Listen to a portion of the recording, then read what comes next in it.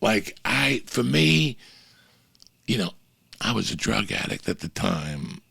My dick got hard when I opened up a fucking box and I saw a kilo of coke or a bundle of 20s. That was what got me hot before stand-up, was stealing and doing all that stupidity. And I gotta tell you, walking on that, there's a lot of things in my life I don't remember. Like, I remember, but you can't really. I remember the day, but I don't remember the feeling. Like, I remember the feeling I had when I saw them throw dirt on my mother's casket for the first time, and you turn around. It's a horrible feeling. I remember the feeling of getting off that stage that night. I will never forget that feeling. You know why? Because I will never get a drug that strong to make me feel that way. There isn't a drug in the earth to describe to you how a person feels when they got on stage for the first time and listen, the feeling of euphoria that you get anytime you don't think you're going to do something and you do it. The time you looked at that girl and says, I'll never get her, girl. And all of a sudden you're with her and you're sucking her titties and you're coming on the stomach and you're like, I got to go back to my house and think about what just happened. All these things. When Mike first got in the band and he played a song up on stage and they're walking off, what's the feeling, Mike? You can't, a blowjob ain't coming close to that feeling. Yeah, when people are clapping out of nowhere. Nothing comes close to the high from making people feel good. And then it goes back to making somebody's day every day. Yep. Stand-up is branched off that. You have to want to make somebody's day every day. You're not going to fucking kill that audience. When you do a show, whether it's 1,000 people or 40 people, there's one person in that audience you're going to really get to.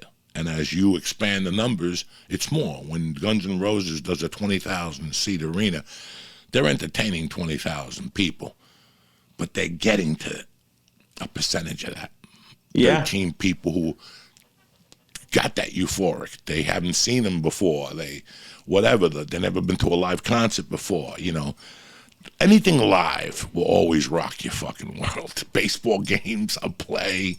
Yeah. Anything live. Well, and I still don't really understand what we did with the church. I really don't. I do, but I don't really get it. But I was driving the other day and I wasn't having a good day. And I was listening to a podcast, and for a second, I was laughing, and I didn't expect to laugh. And it took me away from having I wasn't a shitty, but I wasn't in the right space of mind. And I was driving. I was like, fuck. I finally understood some of those emails or things when people say, oh, I've been listening to you for 10 years. I appreciate it, but it doesn't really make sense to me. But with I think it's the same thing with podcasting, is that for for even like a second, people will forget, oh shit, I'm late on the rent, or my boss is a dick, or whatever. I think all this stuff is great for that. It does. It does. You guys did it for me. It's like someone I took a walk yesterday, and one of the guys was saying his favorite part of the church was the openings with the music and you screaming and throwing shit at me and dancing. Like, one of the best openings was Totoro and the actor Rappaport. You got all four of us just dancing opening. Those openings, man, were just fun. Like, even for those 30 seconds was more fun than I've had in 2 years. Like, those it was just fun.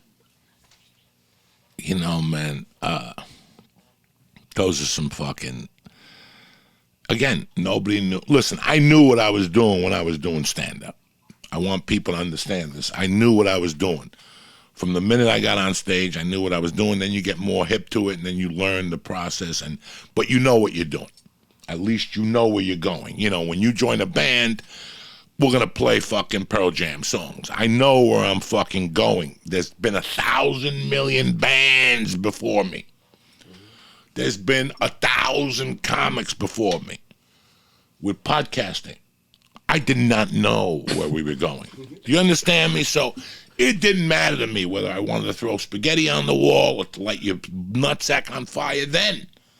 Remember, the podcast game has changed dramatically in 10 years now. Yep. You get flagged. Jesus Christ, who farted? That cat just blew a tremendous It wasn't me. fart. Can't blame me. So now it's a different game with the podcast. Now people have a beginning, a middle, and ending. You can't put music in them. Bop, bop, bop, bop, bop, bop. You can't. And you're sitting here going, okay, you can't. If you take an album and put it on in the background and fucking show that, you get flagged by copyright. If you say the wrong thing, you come up in your fucking videos. No under 18 can watch. It's a different fucking world today. So, again. But we could still push the envelope from time to time. You could still push it. I mean, who gives... Listen, I just found a clip a couple of days ago. Somebody made like a little clip, and I was saying some wild shit. I'm like, wow. That hasn't gotten flagged, and that hasn't gotten me canceled yet or anything. That's an old... but nobody knew what we were doing.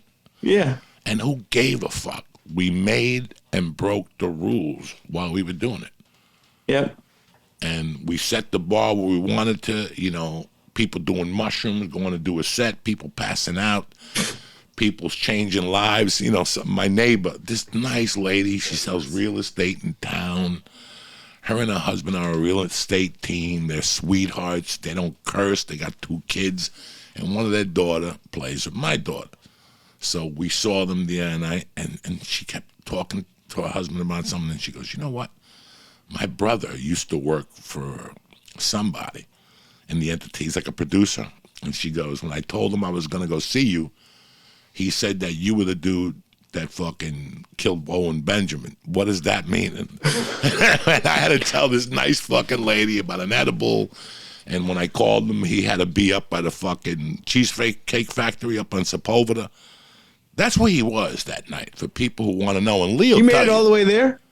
Dog, he was at my house, and he made it to fucking Sepulveda and Ventura. That's a fucking hike walking.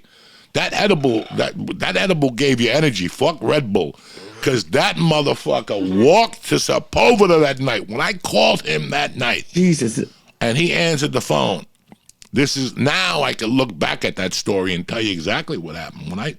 You ever smoke a joint, go for a walk, guys? 2 joints and get really high and go for a walk. It's a beautiful fucking thing. The first 10 minutes are a little uncomfortable, and then you become a slave to your mind. And you just walk and think of all these things and reefer and fucking, and you're getting and all of a sudden you bump into the hot dog man. It's like listen, before people started getting stabbed and you had to wear masks and shit in New York, you want to fucking, you could either go to a psychiatrist or you could smoke a joint in the village and start walking. I used to smoke a joint on 178th Street and start walking.